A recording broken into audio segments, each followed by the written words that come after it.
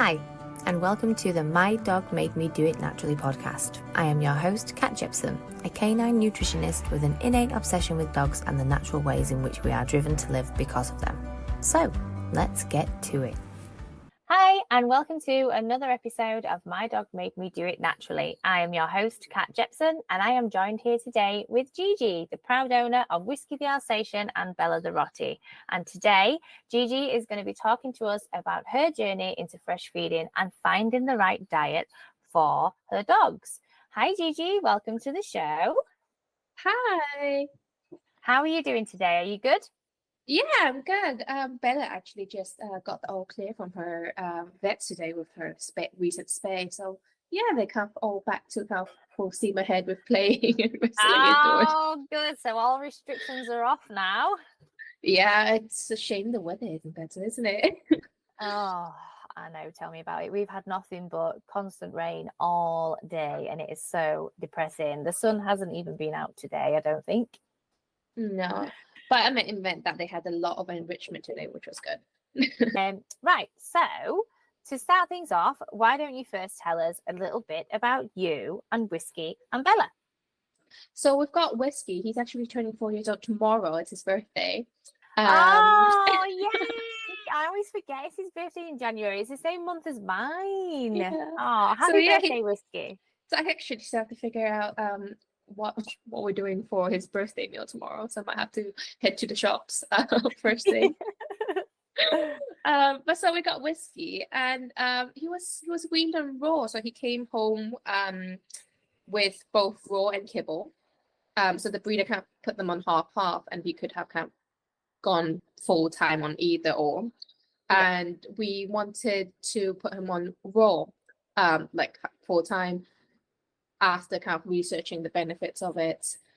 And he was on it for quite a while, maybe a couple months, until he suddenly one day decided he doesn't like it anymore. And then and then I tried different brands. I tried chunky and mixes and bones, and started a little bit of DIY. That was the first time I did DIY, and I'm pretty sure I didn't do it right. But just kind of experimenting what he would like. We tried different completes. We tried 80-10-10. Nope, he just decided he didn't like raw at all anymore. So we kind of went. We tried a lot of different food. We tried kibble. We tried wet food. We tried home cooked. And there was a lot of experimenting in finding kind of the right food for him. And eventually we did. We found a couple of brands of completes that he really liked. And like I mentioned, I don't think I was doing DIY right the first time around. And completes made it so much easier. So he was on completes for maybe about a year and a half.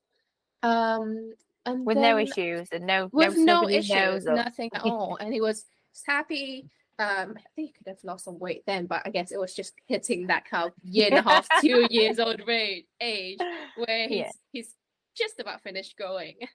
And then and he started being, I think it's very typical of the breed, but he started having allergies and started itching a lot. And he actually had very bad, we later found out, yeast infections on his paws, which restricted a lot of his training, restricted a lot of his walks. And then that's when we kind of went backwards to doing an elimination diet with him.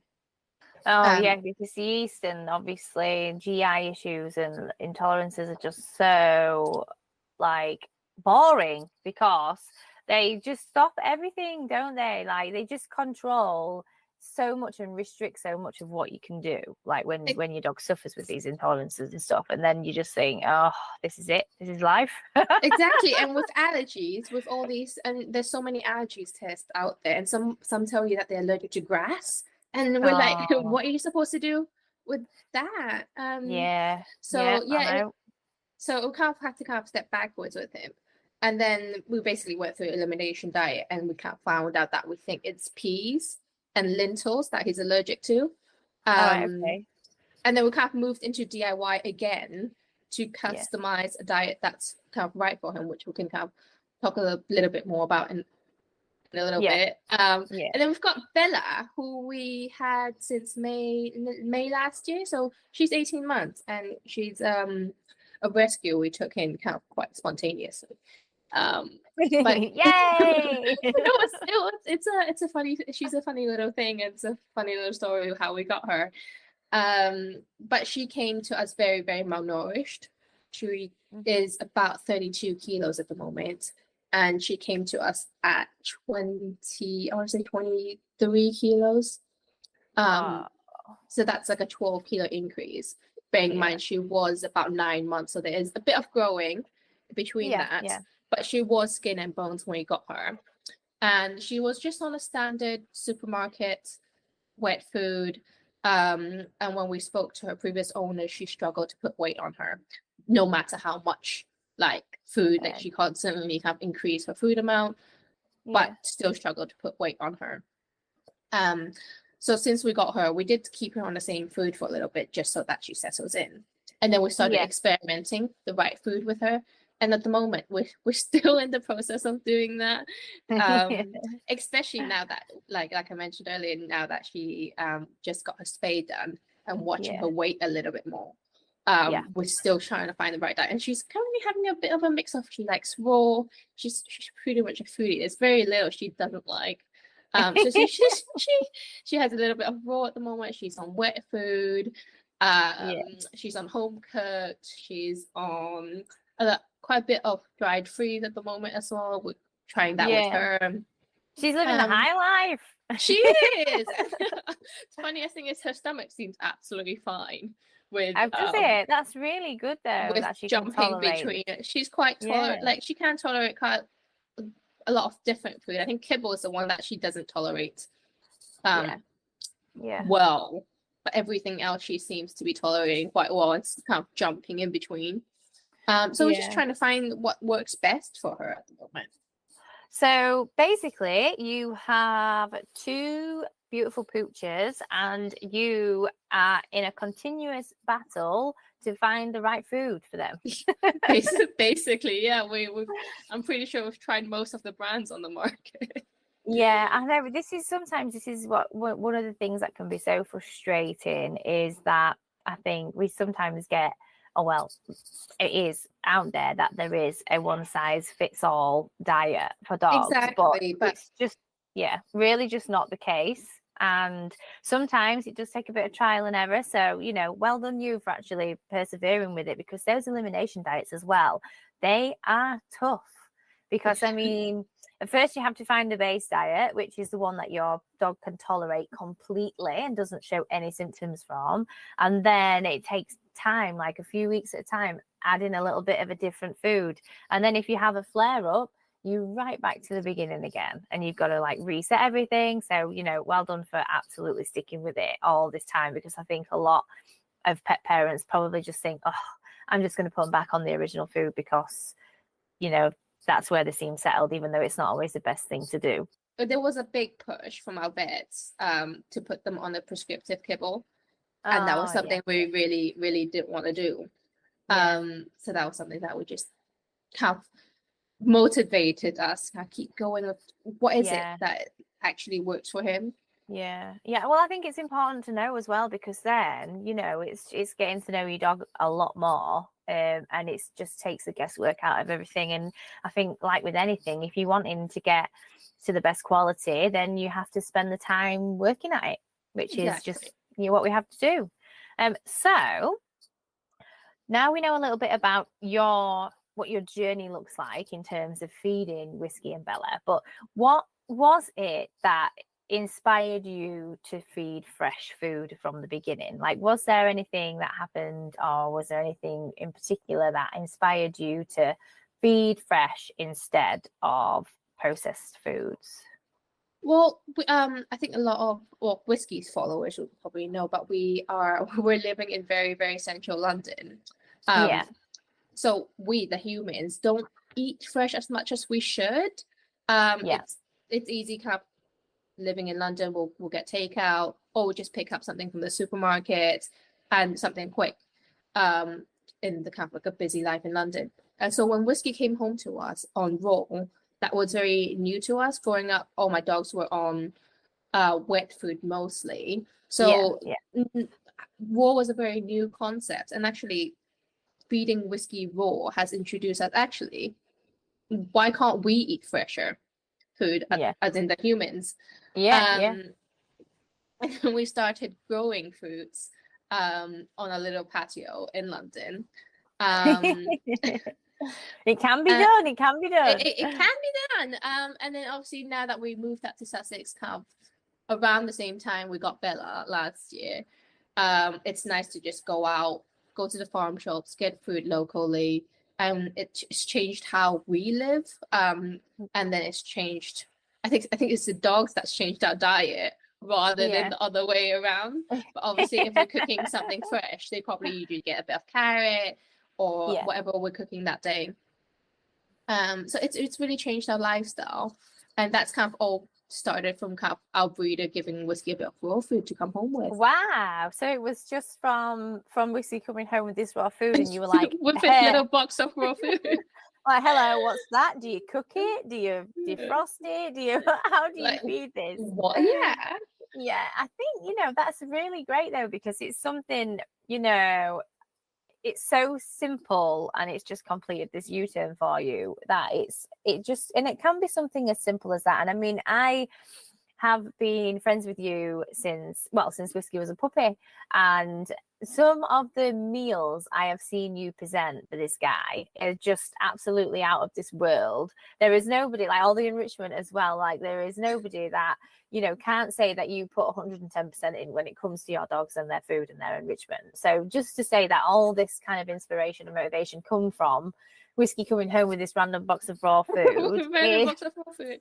And that is all it is to it. And I think it made me reflect. It made us reflect, kind of like, if he's eating fresh, why aren't we? And if we're prepping his food, why aren't we prepping ours? Why are we getting takeaway every other night?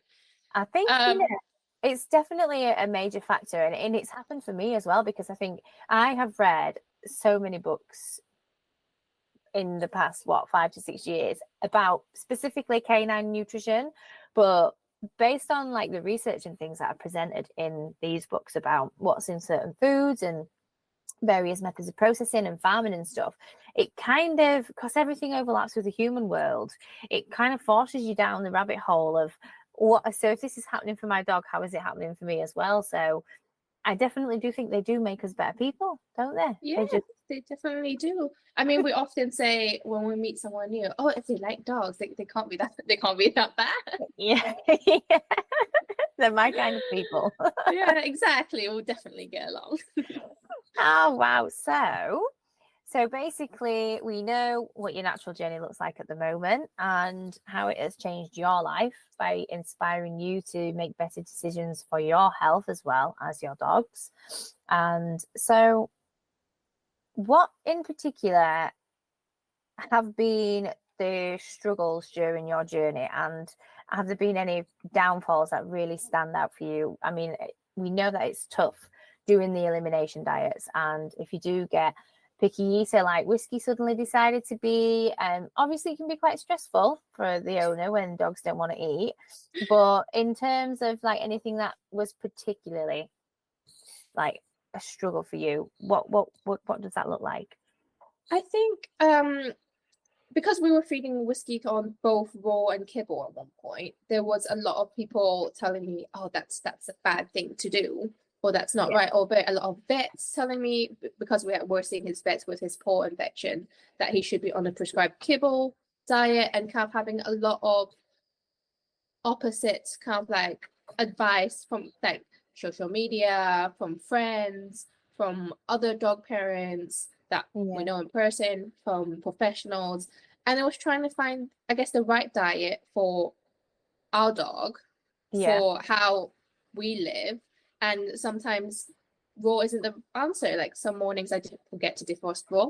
I'm pretty sure it happens to everyone. And it's kind of like, what do I feed him that day? Or we were traveling in Scotland for 2 weeks. Bringing raw with us wasn't convenient. I think it's a constant battle trying to find the right advice, and also kind of like not believing in what's right for my dog. And I'm true believer in kind of like every dog is different, and which means every diet is different. It applies to us, let alone the dogs. So it's trying to find kind of taking advice in but finding the right kind of balance and standing my ground to go and be like, I know this is the best thing for my dog, despite what some other people may say. No, it's true. It's true. I think, we've said this on a few of the episodes. Social media and other forms of information, especially nowadays with canine nutrition, can be a really ugly place. And there are lots of people that are really vigilant in their opinions. And if you don't do this, then you're not doing it right. But there is, I believe raw food is the best diet for a dog when it suits the dog. But even I know that there are times when dogs will benefit from different types of food, and it has lots of different things to take into account. It's their background, it's their history, it's their age, it's their health status, it's the lifestyle. Everything doesn't always fall into place the way that people think it should do. And you are definitely right to feed the dog in front of you in terms of your own dog and your own lifestyle. And it can be hard because the pressure from outside, it kind of eats away at you, and then it gets you second guessing, like, wait a minute, am I actually doing this right? Should I be doing this? But I think you've done really well to kind of stand up for what you believe in. That's what we should be doing for our pets. So I can see why it's a bit of a minefield, isn't it? With all these different brands, and there's good brands of raw, there's bad brands of raw, there's good brands of kibble, there's bad brands of kibble, there's good brands of cooked food, and then there's other factors, as in things that whiskey might be allergic to, or costs, or subject to how you're getting that food, how you're sourcing it, and there's so much factors to it. It's a minefield out there, isn't it? And I think it's not openly accepted enough, maybe, that it's okay, like to feed your food, like the dog, the food that suits them, that's best for them, and it might not be categorized into one type of food. No, that's 100%. Couldn't agree with you more. I think, people should be more accepting of the different diets that we choose to feed our dogs. I am a strong believer in that. You, as the pet parent, are the best person to make decisions based for your dog. Now, if you know your dog's personality and you know their current state, their emotional state, their physical state, and I'm pretty sure you'll be able to predict what kind of decisions they're going to make in terms of food, depending on their behavior recently. So, if you get this feeling, you have a gut feeling for a reason that your dog isn't going to want this today and that they might benefit on this type of food for a while, then that is what you go with. 100% agree with you on that one. And it is important to always remember that you focus on your own journey and just kind of, listen to other people, but take it with a pinch of salt, because you ultimately know what's best for your dog. Well, that's what I think anyway. No, I completely agree. I know it can be hard though. It can be hard because I think especially now, like, social media is saturated with these different opinions about canine nutrition. But I mean, feeding fresh doesn't have to be a fully raw diet. Feeding fresh can mean like chucking some broccoli on top of some kibble. Exactly. If that's what suits your lifestyle, as long as your dog is getting some kind of fresh food, it's better than none. It is better than none. And I mean, how many of us as people can say that we follow 100% fresh food, home prepared diet every single day of our life? Because I'd be very surprised at how many of us can actually say that. And that means making everything from scratch, using nothing but fresh ingredients, because that is what we're advocating for us to do for our dogs. But it's unrealistic in some situations, because we all like to have a treat every now and then. We like McDonald's, we like takeout, we like pizza, we like ice cream, chocolate. That is processed food. So it's the same kind of thing. And maybe that's the kind of point I'm trying to get across. Like, we may be feeding raw today, or this morning Bella might have had wet food, but actually tonight I might have some apples for myself, but they probably get half of it. And it's trying to fit in fresh where we can, and almost giving them a more varied diet rather than the same thing every day. As much as dogs do like stability, they do like the constant. Is trying to make sure they have that varied diet to kind of hit all the nutrition they need. Whiskey, for example, tends to have quite low calcium from blood tests he's done in the past. So most days or every other day he would get a bonus duck neck or some sort of bone to just help him meet those kind of nutrition needs he might need. Yeah, well, that's good enough, I think, because you are aware of the fact that he does have low calcium, so you are free to implement that however you like. And there are lots of people who probably say to you, oh, he's got low calcium, you should be doing this every day. But you know how to manage it yourself by giving him some duck necks or things like that, and that is completely fine because it's your journey at the end of the day, and we have to do what works for you. Yeah, or he might have an extra egg with eggshells that day, but it's just whatever he needs that day rather than, I guess, the same diet every day. Yeah, I do think as well, there's this big fat theory about having to feed our dogs complete and balanced meals consistently every day. Every day. And I mean, I feed a DIY raw food diet, and I don't use a spreadsheet to calculate the nutrients in it. I basically feed different quantities of different cuts of meat, raw meaty bones, organ meats, fish, fruits and veggies, that kind of thing. But I don't meticulously weigh out the ingredients. I don't do lots of research into how many nutrients are in the food. I just basically make sure that my dogs have a good variety of different cuts. We change them every week. Some days they might get no veg. Some days they might get a bit more veg than what they normally would do. It just depends. I might throw them a bit of what we've been having for tea, or, they might have some prepared for themselves. And I think there is so much pressure on pet parents to stick to this complete and balanced lifestyle that it is just so unrealistic, because it's not how we feed ourselves. So why is it such a big deal that we have to follow it for our dogs? As long as they're getting the main components of the diet and essential nutrients and a variety of sources of food, like you say, why can we not just chill out a bit and just kind of go with it and get the balance over time? Exactly. Balancing over time is, I guess, it's promoted more over, I guess, maybe DIY feeding, but maybe it should have been seen, I guess, maybe more broadly among other among other types of diets.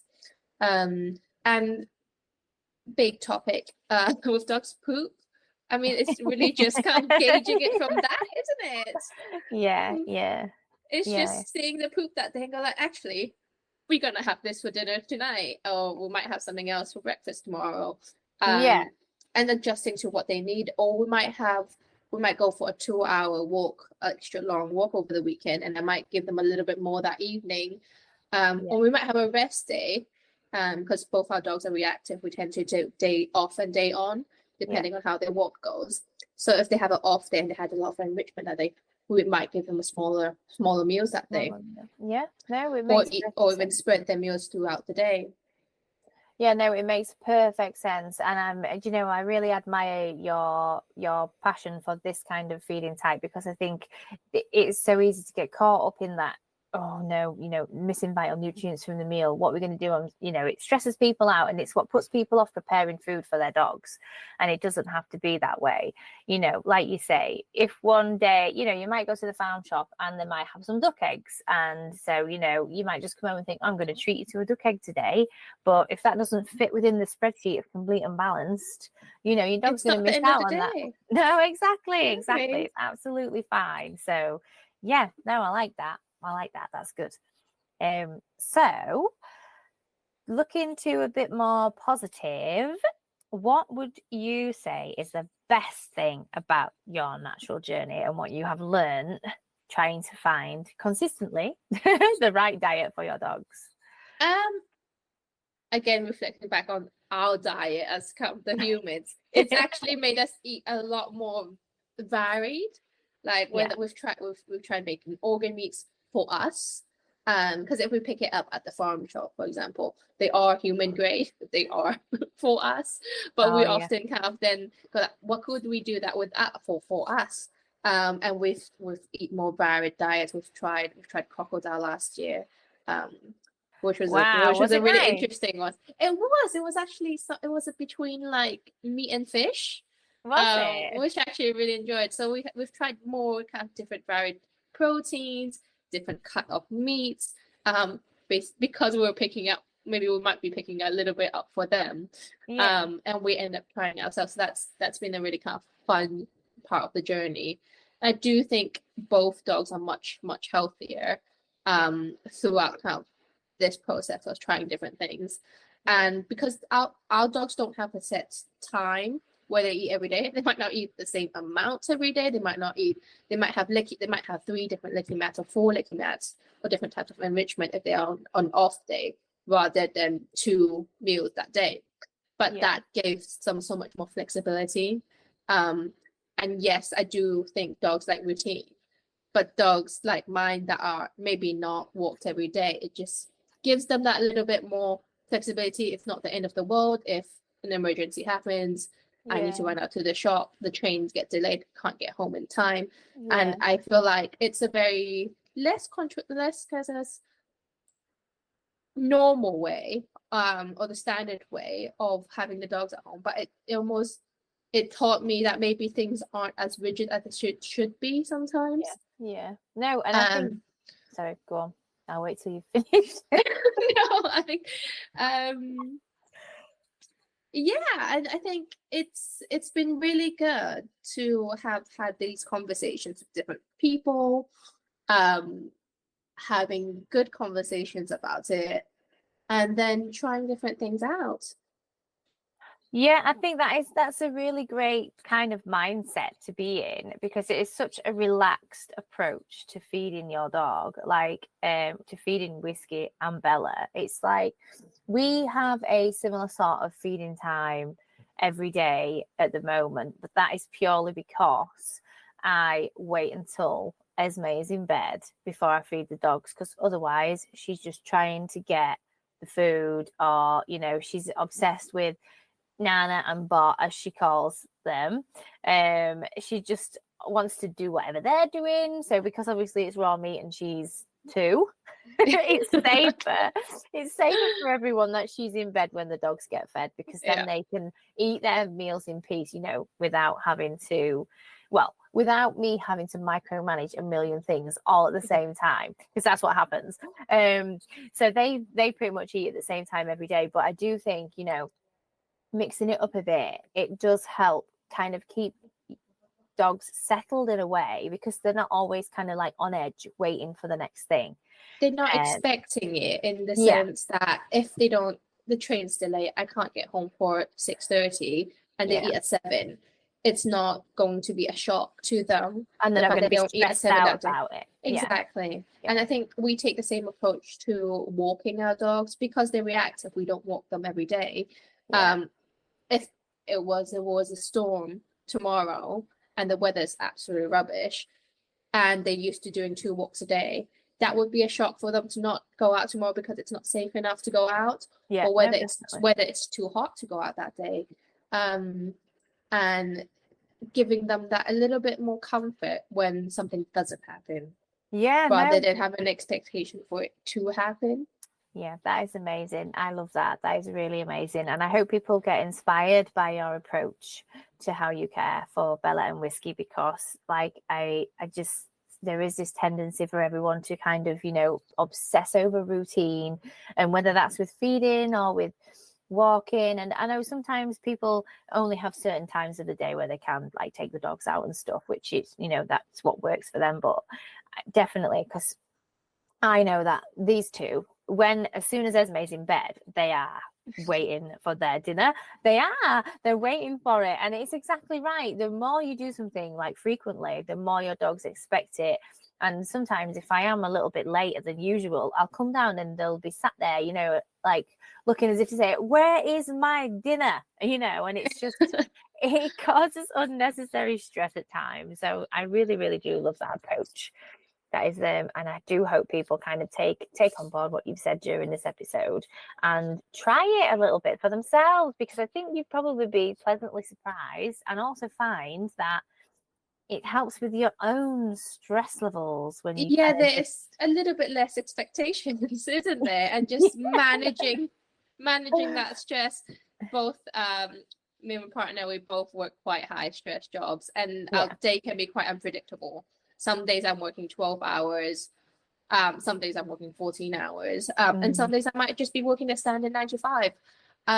But we have quite unpredicted hours. So I don't think we've ever walked Whiskey the same time every day.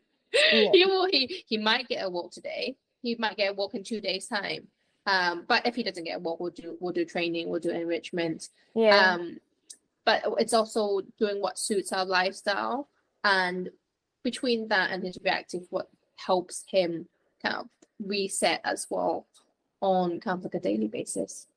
Yeah, no, it's great. It's great because you basically just see what you need in your unique situation and do that. And you haven't been kind of badgered into thinking, oh, I'm not doing enough for my dog. You know, you kind of learn about how to meet Whiskey's needs at home when he doesn't go out, and you've done all the research and this different things, and you've put it all together and created your own master plan. It's absolutely fabulous. It's a bit chaotic sometimes, and some days we're just winging it. But that's life. Between that, it works. Yeah, I mean that is such a realistic approach though, because that is how life is. I mean, for me, every day is chaos. When you've got a toddler, it is anyway. But and I imagine, you know, daily life for a lot of people is chaotic, and no 2 days are the same. So to have that approach with caring for your dog as well, it's just so realistic. And I think more people should do that with their dogs, most definitely. I have a lot of respect for people who has like the perfect routine, whether they walk the dog every day, they finish work on time every day, they go to bed the same time every day. And I have a lot of respect, because that's not something I've ever really been able to do. But it does scare me if I was that person, and maybe because I never was that person. What happens when that routine breaks? When, I don't know, a couple months ago, Jack was working out and he dropped the 20-kilo plate on his foot on a Sunday night. Broke his toe. We were at A&E. We were at A&E until late Sunday nights, and the whole time I was not worried about the dogs. I know I haven't fed them. I know they haven't been walked that evening, and we were planning to walk them that evening, but I know they weren't going to stress out about it. I gave them a chew before we both went to the hospital, and then they were absolutely fine. And because they're not used to, we're gonna definitely walk at 7 o'clock and have dinner at 7:30. I did break the routine that day. It might just be another day that I'm working late. And as much as I admire routine, and I do think dogs do benefit from routine, it doesn't hurt to, I guess, break that a little sometimes. I think sometimes dogs do benefit from routine, but I think sometimes they don't. I think sometimes it can create stress and anxiousness and things like that. I think it all depends on how sufficiently and what kind of needs your dog has and how sufficiently those needs are met, if that makes sense.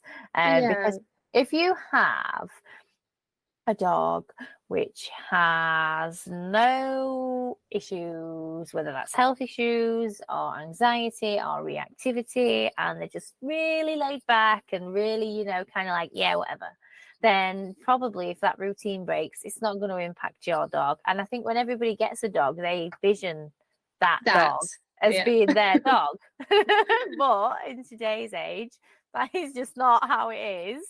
So I think, you know, it is going to be beneficial for you to kind of just take the pressure off every now and then, just for like the perfect explanation with Jack going to hospital, you know, because for a lot of people, they probably would be stressing out about the dogs, and that'd be something that would make the trip to hospital all that more uncomfortable, because they'd want to get home, which, you know, is stress for you, and then more stress for the dogs because you'd be stressed out. So right. So from there, is there anything that you would say to pet parents who may be struggling with their pet parent journeys, whether that's feeding fresh or anything other, in terms of support rather than advice? What would you say to them who are listening right now?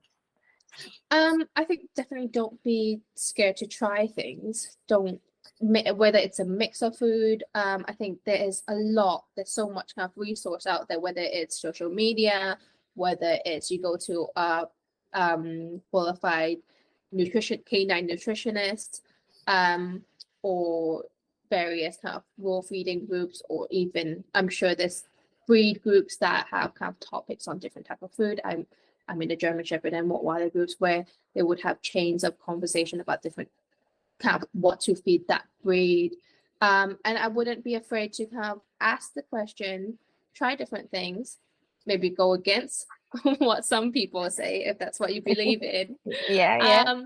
But there's plenty of resources out there, and feed the dog in front of you. I know that's been said so many times, but feed the dog in front of you. And I would be like pushing you to kind of experiment a little bit.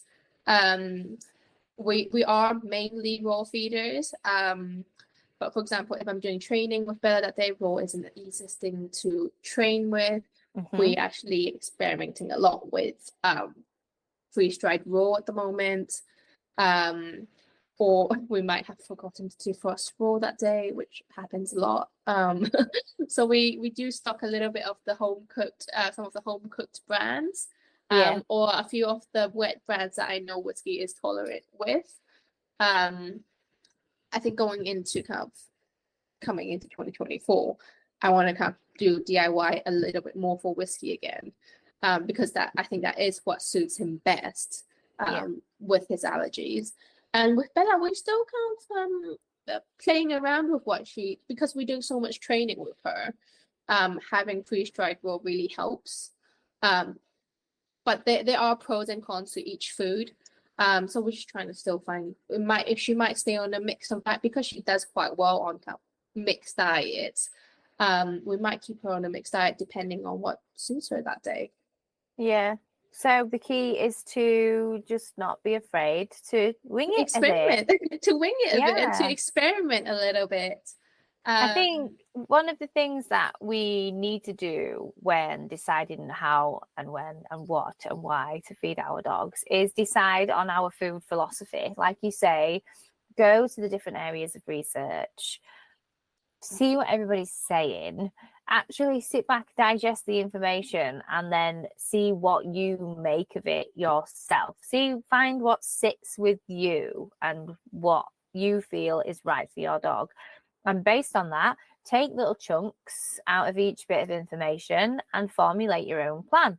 Whether that means trying different types of food for a little while or incorporating bits of both, then that's completely okay if that's what you want to do. I mean, you don't have to just do it one certain way if you don't want to. There are benefits to, trying different things, like you say. So is there anything else that you would say to pet parents?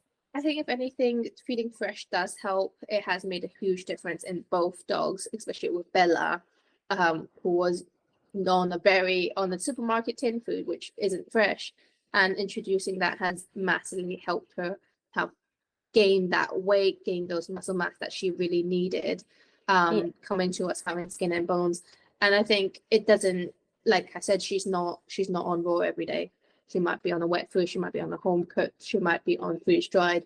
But I do try and incorporate a little bit of fresh food, and it's usually just whatever I'm making for tea that day, whether I'm steaming some vegetables for us, whether I might just be chopping up some cucumbers as a snack for myself, probably chuck them a few that day. And she's quite good. I can give her a whole carrot, and actually I saw quite a good video recently where you can freeze carrot in bone broth, and it keep her occupied for hours. And it might just be something as simple as that, and she might have kibble for the rest of the day for her main meals. But it's just trying to incorporate something small every day, and it might be as little as blueberries that morning for my breakfast, but they might get a little bit of it. Well, some is better than none, isn't it? So I think as long as on the days where you are feeding like the processed foods, just chuck them a bit of veg or fruit, like you say, then they still are getting that freshness in their diet, which has got the moisture in and everything like that. But yeah, that's great. So do you have plans for the future? And if the lovely listeners want to follow Whiskey and Bella's journey, where can they find you? So we post a lot of, I won't say we post a lot of food bits on Whiskey's Instagram. We should post a little bit more. We've been a little bit quiet on Instagram lately. But I am slowly moving. I will try moving to kind of posting a little bit more about their food journey. And Bella does have her own account. I always love it when you do food posts because they just look so beautiful. Like if raw food and, ground up meat could ever look beautiful, the way that you present it, the beautiful bowls that you have and the feeders for Whiskey and Bella, I just love looking at your pictures because you're just so good at taking pictures and laying out food. It's just I think it's mostly for my entertainment more than the dogs, because they absolutely do not care. Well, at least you're getting some enrichment out of it as well, though. Yeah, it is enrichment from me, isn't it? Bella, I was just going to say, Bella does have her own account, but Jack runs it, so I'm not entirely sure what goes on there. So I would recommend to follow Whiskey's account. Whiskey's account. But hopefully Dog Dad won't listen to this podcast. Yeah. So if I will bob a link to Whiskey's Instagram in the show notes, but for anyone that's listening, his Instagram handle is just at Whiskey Alsatian, and that's Whiskey WHISKEY. That's right, isn't it, Gigi? It is. It is. I've been told whenever I'm in Scotland, everyone tells me that we've spelled his name wrong. His actual name, his KC name's actually spelled without the E, but we happen to spell it with the E. Yeah. Well, he's your boy. Why not? You can call him what you want. Right. Well, Gigi, it has been absolutely wonderful to talk to you this evening. I have absolutely loved chatting just about finding the right diet for dogs and what that could look like, and also hoping to inspire people to kind of take the foot off the gas and just chill out a bit when it comes to feeding their dogs, because we can get so caught up in what we might think is right or wrong and this and that. And it is really important that we do take our own perspective into account when we're making decisions for our dogs, and we do find something that fits into our own lifestyle. So it has been such a great, refreshing conversation to hear that this is the approach that you take with Whiskey and Bella. So thank you for sharing your journey with us this evening, and I hope you have enjoyed being here as well. Yeah, we have. Well, thank you so much for having us, and hopefully, I know it was a little bit, I guess, not as conventional, but hopefully, like you said, it's a little bit more refreshing. It's refreshing, and this is the My Dog Made Me Do It Naturally podcast. It's about real life journeys and experience of real life pet parents. So we're not trying to sugarcoat things, we're not trying to pretend to be something that we're not. We're talking about real life problems, we're talking about real life tribulations, and that is exactly what it is. So thank you for coming on and being so honest. Amazing. Thank you so much. Okay, thanks, Gigi. We'll see you soon. Bye. Thanks for listening to another great episode of the My Dog Made Me Do It Naturally podcast. Don't forget to check out the caption for any links discussed here today. And please, if you enjoyed the show, follow along and listen for free on your favourite podcast app. If you have any questions or would like to share your story, feel free to email me at mydogmademedoitnaturally@gmail.com. Thanks for listening. The purpose of this podcast is for educational and entertainment purposes only and should not be substituted as advice from a veterinarian or other professional. It does not form a client relationship with me, the host, or any guest speakers, and any information is not intended to and does not diagnose, treat, cure, or prevent disease. And my guests express our own views, thoughts, and opinions as individuals, and the podcast neither endorses or opposes the views, products, or services discussed here. If your pet is ill, always seek advice from your veterinarian. I am not a veterinarian and I do not treat disease or offer medical advice.